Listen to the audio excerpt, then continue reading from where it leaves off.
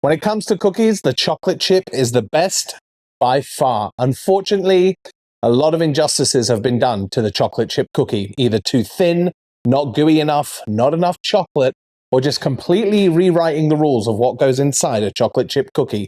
I'm going to show you my ultimate chocolate chip cookie recipe because this cookie deserves some respect. So let's get making the ultimate chocolate chip cookie. So we're going to dice 240 grams of unsalted butter.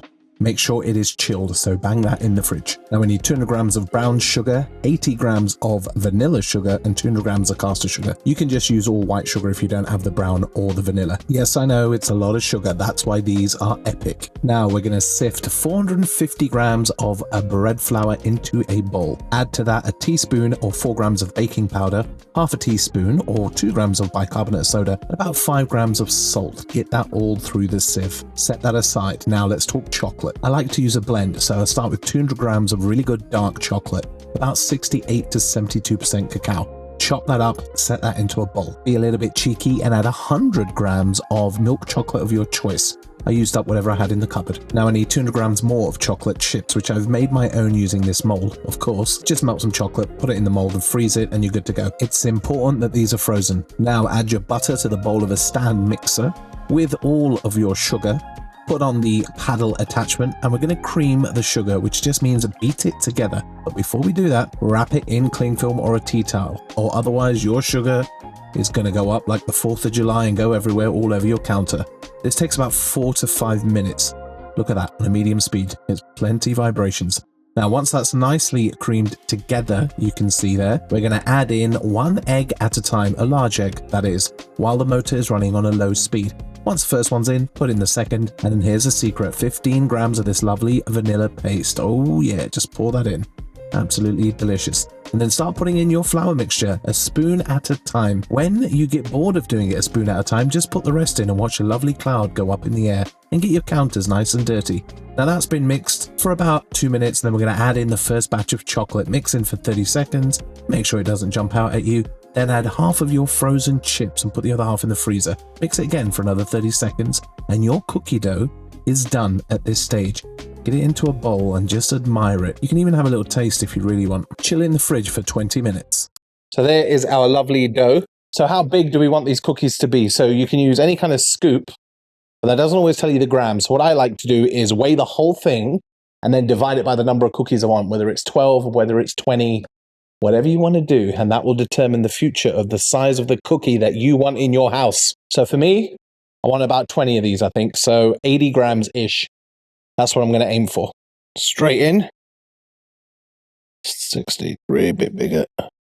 There we go, 80.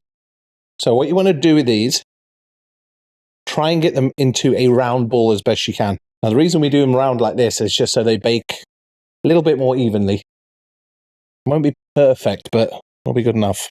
Now to bake the cookies, you're going to need a tray and a silpat. If you don't have a silpat, which are these lovely things, I advise you to get them, is to get some baking paper, that kind of grease-proof paper, and you can just grease your tray and put that down. Now, when it comes to your cookies, make sure you space them out in your tray, otherwise they're all just going to collapse on each other. So something like this size, 83 grams, I've got 3, 4, 5, 6 on a tray, so like 2, 1, 2, 1, with enough space either way around. Now, what I like to do at this stage is just pop them in the fridge for about 10, 15 minutes. Chill them. Don't just put them straight in. Make sure they're chilled, even though this dough's already been chilled. If you want to be extra, you can even freeze these and then bake them for double the time, but we'll just chill them. Now to be a little bit extra, we're going to stud the top of these with some of those frozen chocolate chips that we saved from earlier, which I've cut in half. Just push them in, and then we're going to bake these in a 350 Fahrenheit oven for around 10 to 12 minutes. That's going to make sure you get the optimal amount of gooiness in the middle. Look at these. Feel free to do a cookie dance. Wow, you should smell these. Now you can see they've got a good height, so it's not a completely flat cookie. It's a nice kind of bakery style thick cookie, which is what I prefer. Now I'm going to put these onto a wire tray to cool down. God, do these look good. Cannot wait to get into these.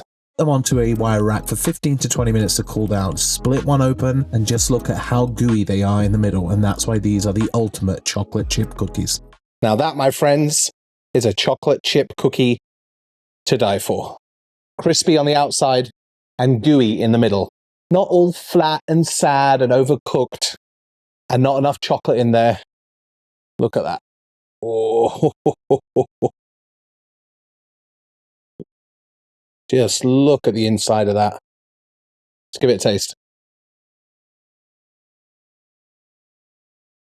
That's perfect. Crispy. And then just so kind of like gooey and soft in the middle. So you get that real cookie dough flavor.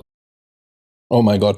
Freeze these, eat them as they are, have them with some milk. But this is exactly the decadent chocolate chip cookie that you need. This is amazing. So if you love cookies like this, like, comment, subscribe. I'd love to know what kind of cookies you like. But for me, chocolate chip, these are the ultimate. See you all on the next one.